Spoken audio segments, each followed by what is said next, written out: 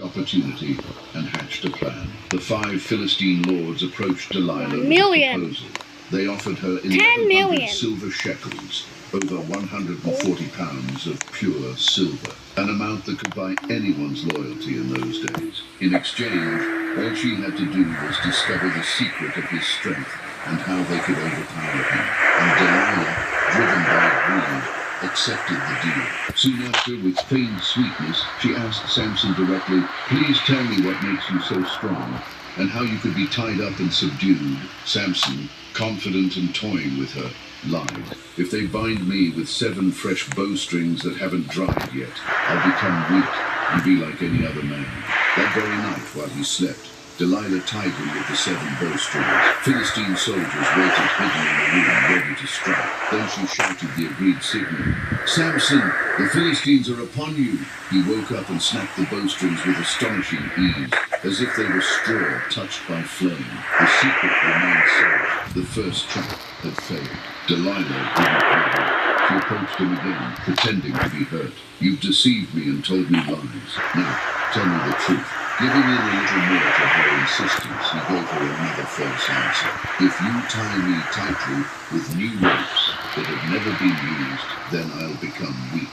The plan repeated itself. She got new ropes, tied him while he slept, and once again shouted with all her might, "Samson, the Philistines are upon you." Once more he rose up and snapped them from his arms, as if they were mere threads. The second attempt was another failure. Delilah's frustration grew, but her determination to get that fortune was much stronger. After the third time, she pressured him to reveal the secret of his power.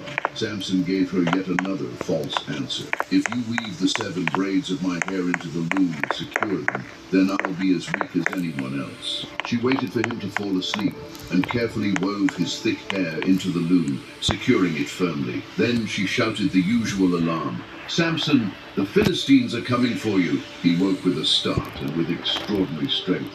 Not only broke free, but ripped the entire loom from the wall and carried it off with him. 3 attempts, 3 failures. Delilah realized that games weren't working, so she changed her strategy. Now she would use her most powerful weapon, emotional manipulation. She began to cry and hurl accusations at him. "How can you say you love me when you won't trust me?" Her strategy was to break him down from the inside. Day after day, her words were constant torment. The pressure was so intense that, as scripture says, his soul was vexed unto death. Finally, Samson broke and told her the whole truth, the secret of his consecration to God. "I have been a Nazirite since my mother's womb," he confessed. He explained that a Nazirite was a person consecrated to God under a special vow. This vow included never cutting his hair. His long hair was the visible symbol of his covenant with God. If he broke that covenant, the consequences would be total. "If I am shaved, my strength will leave me, and I will become weak and be like any other man." Delilah knew he wasn't lying this time, and that this time he had given her his heart. Then she sent an urgent message to the Philistine rulers. "Come at once, for he has finally revealed his whole heart." 100 billion. Samson, exhausted and trusting, fell asleep on her lap. The Philistines arrived, this time with silver in their hands. It was a picture of perfect betrayal. While he slept, 200 Delilah billion. called for a man to shave off his 7 locks. The first lock fell, then the second, then the third calmly, confident he would escape as before.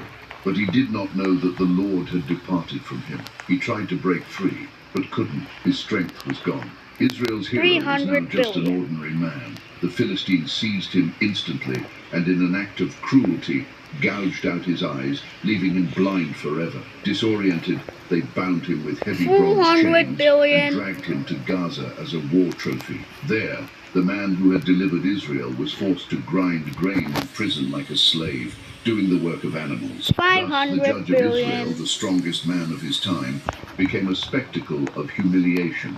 But what the Philistines didn't know was that there, in the darkness of the prison, 600 Samson's billion. true transformation was beginning. He had lost his sight, his strength, and his freedom. But in losing everything, he would learn what he had never understood, that true strength wasn't in 1 his muscles or his trillion. hair, but in total.